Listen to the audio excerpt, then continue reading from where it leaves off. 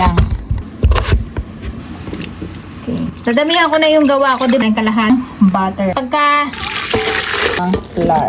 So, lalagay lang natin dito. Okay. So, ito na yung kamote na. Guys, imamash natin siya. Guys. Okay. Baba lang natin, guys. Okay, guys. Meron tayong stock. Condensed milk. Tapos init lang natin sa range. Diba? Tapos, time brown. Heated sugar yung churros. Ang bango. So, ang cake na siya ng churros. Ayan, ang cake. And guys, yung ating ginawa. Nakamas guys. Ang sarap. Na?